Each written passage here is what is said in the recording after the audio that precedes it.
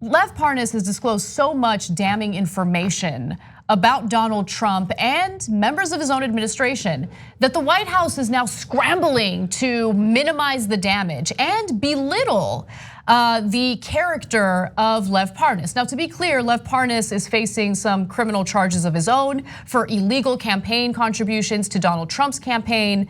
But one of the defenders that we came across when producing this story was Kellyanne Conway. And this interview that she had on Fox was pretty devastating for her. Take a look. What is the White House's position on his allegations that are now public? Well, remember, people who go on TV are never under oath.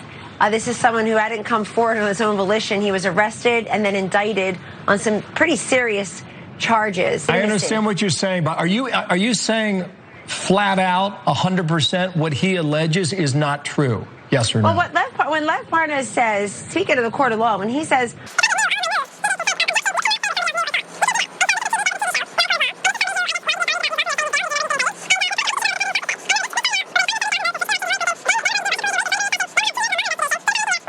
you know, the major networks have spent less than 1% on the president's economy and trade, and most of their time in Ukraine. Is he lying or not, Kellyanne? Well, he's a proven liar. He's been indicted. And so I've never, look.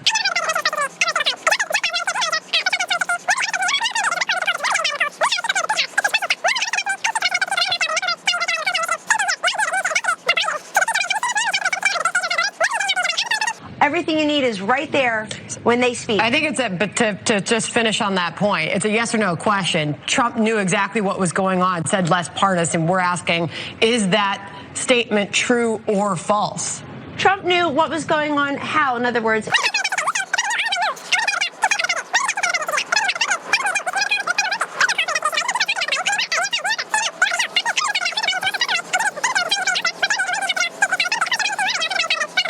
won't even endorse it. We'll see where all of that goes next. There's still questions there. So J.R. Jackson, who put that video together for us, purposely sped up the parts where Kellyanne Conway said things that had nothing to do with the question that was asked. Oh, the speed up effect was subtle. I couldn't tell with No, her. but I wanted to explain it to the audience so they understood why that happened. And it was to really drive home the point. And you can tell in the follow-up questions that were asked of Conway that she was unwilling to answer the question, right? So she was trying to deflect, she was trying to change the subject, saying all sorts of nonsense about Democrats in this case that didn't really have anything to do with the question that was asked of her. So it's just incredible because as JR mentioned, as this story was being produced, it almost seemed as though they were shocked that Kellyanne Conway was dodging the question and wasn't being honest. Like they didn't see it. And look, I have no doubt in my mind that the anchors over at Fox News are dishonest themselves, that they help cover for Donald Trump. But the way that they were reacting to her nonsense and her deflections was surprising because that's what she does every single time she does a cable news interview. Yeah, we are, I think, rightfully and understandably very critical of Fox News the vast majority of the time. But when they do the right thing, when anyone on TV does the right thing, whenever anybody on TV asks a follow-up question, we give them credit because although I'm sure that those three networks all hate our criticism of them, we want them to be better. And there were like 3 follow-ups, and they made clear at the end that there were still questions, that she had not fundamentally answered the most important question, which is notable, not only because it really matters if Trump knows this guy, but because that's Kellyanne Conway, a person who she doesn't blush over lying on a regular basis. Like she is very willing to lie, to strain the truth, use props, all of that stuff. And there, she was doing everything she could to dance around saying whether or not Trump knew this guy. Like he's not under oath. Oh, he came forward only because he was being indicted. Okay, that's all contextual information, very interesting. But if Trump doesn't know him, say that. And the thing is, it's designed to make it so that somebody comes out of the interview not knowing for sure what the truth is. Right. But we know exactly what the truth is. Trump doesn't want you to think that he knows this guy. If that was true, they'd say it. It's as simple as that. What I don't understand is, okay, what you just said is absolutely true, that these types of interviews are specifically designed to leave the audience wondering or guessing what the truth is. Yeah. And this is on a news channel. Yeah. This is on a cable news channel. And the thing that we've known that Fox has had these problems for a long time, that's how Fox was founded. This is the whole purpose of Fox. But it's not just true of Fox. You see it in a lot of interviews that are booked with Trump administration officials, or to be quite honest with you, officials from any given administration. They come on and it's the spin. It's the spin. Yeah. And so if you know that this individual has no interest in telling you the truth, and if they offer no valuable insight to your viewers, why have them on? And that's a good point. Yeah, I think they did a good job here. They kept asking follow-ups. They said yes or no. They made, after she went on for 3 minutes, if they moved on to a different topic, it might lead some people to believe that, oh, maybe she answered. But they kept saying, so yes or no, does he know him? If they keep reiterating that, other than them ending the segment by saying, yeah, you're clearly lying to us, other than that, I think they did about as much as I would have expected anywhere, let alone on Fox News. And to be fair to them, I think that it is important to at least give some airtime to this story that provides the audience examples of how the Trump administration is trying to deflect or lie or help cover up. Yeah. Because you don't get that often on Fox News.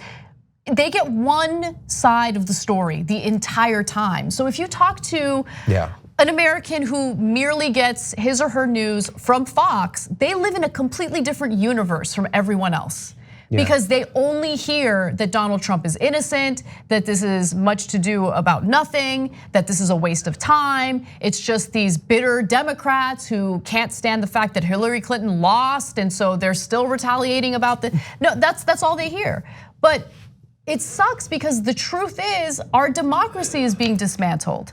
There's criminality in the White House, and you have members of Congress covering up for it. You have the media establishment covering up for it.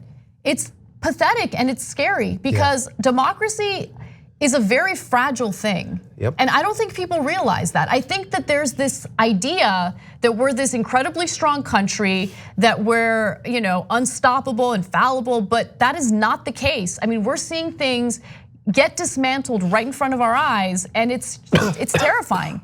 There's no value in having people like Kellyanne Conway on when they have no interest in telling the truth. Yeah, and I think people need to be reminded of how hostile, at the very least, one of the parties has become to democracy. Ron DeSantis just tweeted today that voting is a privilege, which is not the way I was raised to think. I thought it was a right.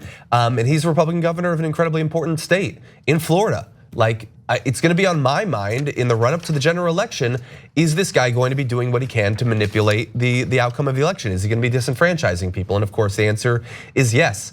And all of this, I know that we've been talking about it for a while, but it is fundamentally about how much confidence we can have that the general election will be an actual reflection of what people want. And we're not doing all this coverage of the primary, and both of us have endorsed Bernie Sanders. We're not doing all this to cover Bernie Sanders so that he or someone else can get the nomination and then have the entire thing stolen later on. I know some people don't want to focus on this topic, but I care about it because I want it to be a fair process, because I know that's a process that Bernie Sanders can win. I care about maintaining at least like some level of what this country is supposed to be.